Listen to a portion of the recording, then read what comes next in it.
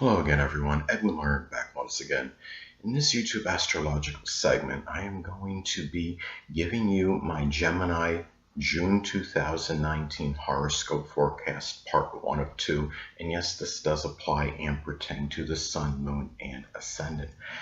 Anyway, people, first thing up is, as far as June goes, Venus will be in Gemini from the 9th until the 30th. So the first house is what will be emphasized and highlighted at this time.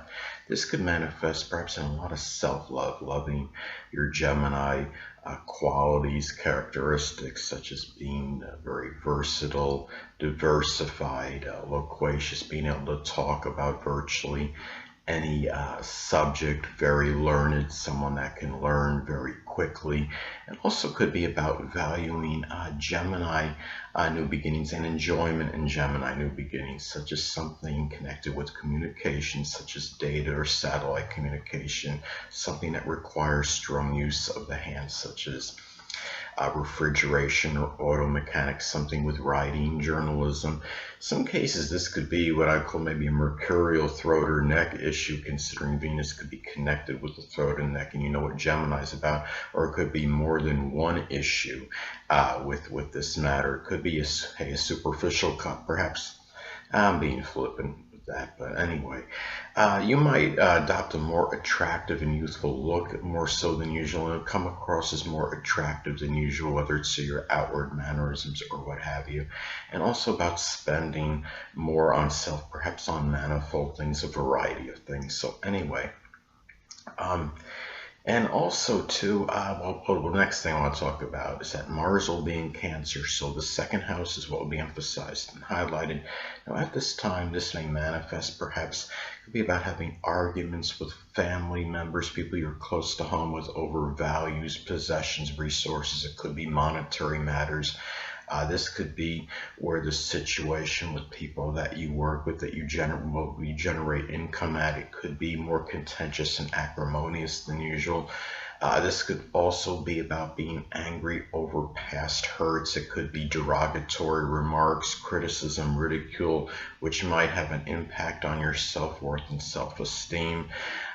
Energy and vitality may be injected into a Cancerian money-making matter. It could be something connected with something culinary, cooking, working in a fast food place, something home-related, such as home renovation, remodeling, roofing. You might also find yourself sulking and pouting over some second house matters, such as possessions, resources, money. But also, on a positive note, this could be about putting a lot of tenacious energy into buying and selling at this time. And also perhaps even taking action in matters with safety and security regarding your possessions if you hadn't done so yet. Next thing up.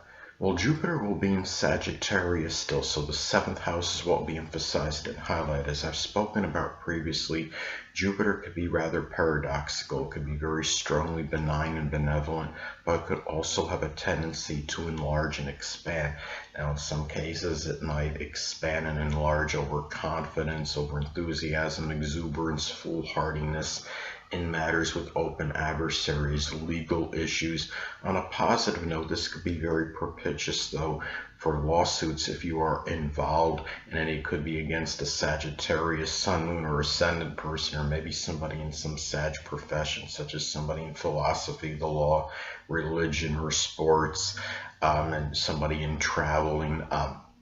Also could be very fortuitous for some kind of sports competition at this time, or maybe doing something Sagittarius related in which you collaborate with someone on a partnership situation, such as something with publishing or advertising.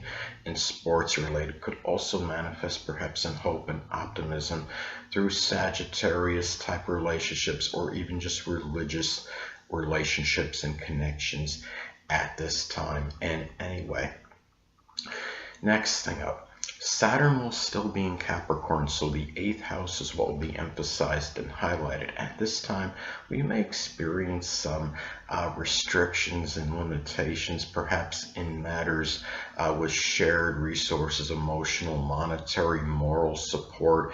It could also be dealing, perhaps in some cases, you might find yourself taking care of a sickly or debilitated person you're in a sexual or intimate relationship with. It could be something connected with the knees, the bones, the joints, which could be making you feel somewhat despondent and melancholy. It could also manifest perhaps in taking responsibilities to 8th house matters. It could be debts, taxes, insurance matters.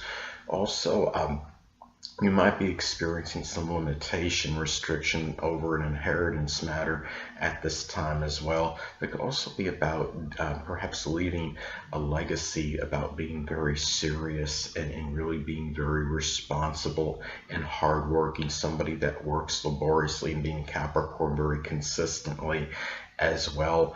And also you might find could be where older people might figure more prominently in a major change or transformation at this time. And also another way this could be this could manifest as well, it might be maybe doing something Saturn-like in maybe a shared resources situation, such as a strong business connection, something with dentistry, or doing anything that could be Saturn related at this time. So also too, in some cases, older people might figure more prominently, even the father in some cases might figure more prominently in crisis situations. Now, whether it's to your detriment or their beneficial, a lot of this could be dependent and predicated on aspects this makes to points in your natal chart. An adverse aspect to your own natal Saturn could show they might be causing some despondency or sadness, or any just general negative aspects could indicate they might be more to your detriment in that. But I would say a positive aspect, say a sextile trine to your natal Jupiter, could show they could be really auspicious as far as that goes. Anyway, next thing up, Uranus will be in Taurus still, so the 12th house is what will be emphasized and highlighted. Now, at this time, in some cases, this may manifest perhaps in Taurus friendships, may drive you figuratively crazy. It could be Taurus sun, moon, or ascendant people, or simply ones that embody Taurus characteristics. You might be dealing with some unusual, stubborn, obstinate behavior with people that are prominent in your private life at this time. It could also be about dealing with some kind of very persistent, unusual, persistent, maybe mental illness in some isolated cases, but also perhaps dealing with Uranus hidden adversaries. They could be people in astrology, astronomy, electronics, computers, innovators. Also, too, be careful about non-conforming, rebellious, unorthodox behavior. Might be the self-undoing. Also, about might be experiencing more disruptions in your sleeps, in your private life, and maybe even experiencing bizarre dreams at this time. You might find yourself more inhibited in some cases in terms of really showing an ingenious or innovative side during this period. And also too, another way this may manifest, this could be about some cases some kind of unusual behavior you might be exhibiting, or idiosyncratic behavior in some cases might be misconstrued by others. And why misconstrued? Because, well, the 12th house is the house of confusion, it's the house of Pisces. So anyway, next thing up, Neptune will be in Pisces, still speaking of Pisces, so the 10th house is what will be emphasized and highlighted. Now, at this time, you might find yourself in career-related matters, and authority figures, a dominant parent, which is often the father, might be more nebulous and unclear than usual. You might be dealing with more deception and duplicity in 10th house matters as well. On a positive note, though, you might be doing something at this time Neptune related as far as your career goes, and also, of course, in the process improving perhaps your stature in life.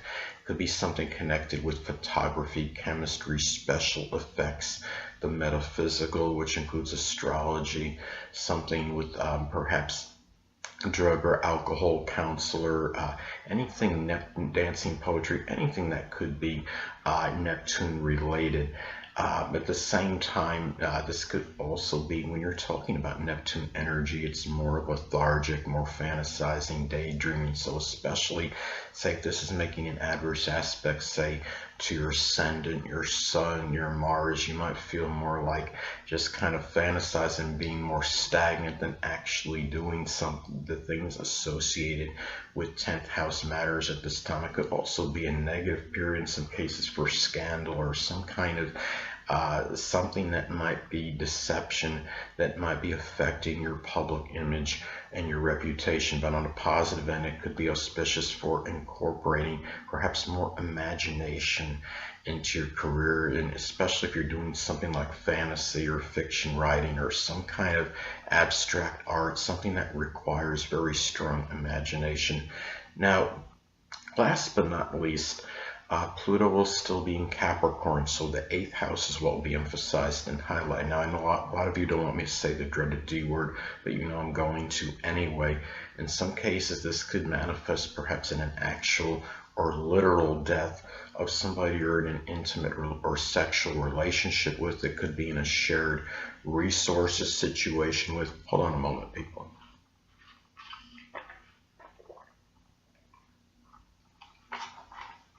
Sorry about that, I'm back. Anyway, in some cases too, it could also be possible some surgery, some kind of knee replacement in some cases.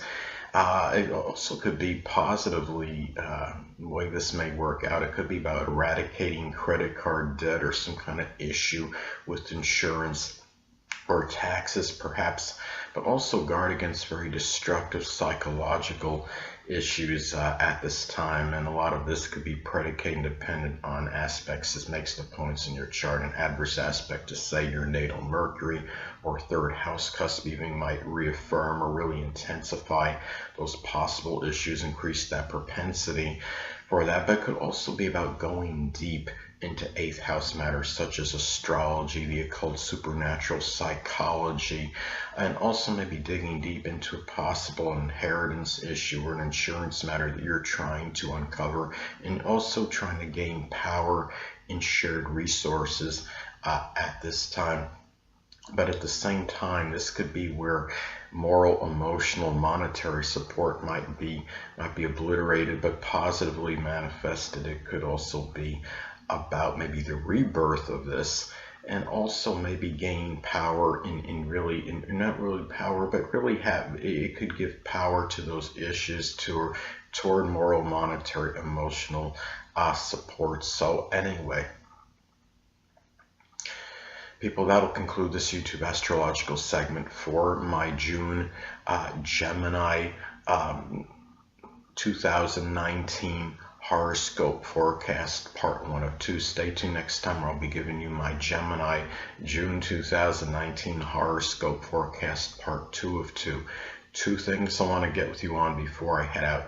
Firstly, the stars may impel but do not compel. And secondly, never isolate any single astrological element, aspect, planetary placement, position, configuration, influence, or what have you, and make an analysis of a person, astrologically speaking, based on this alone. Because astrologically speaking, the person is the sum of all their components in their natal chart and not just one. Until next time, people, stay well.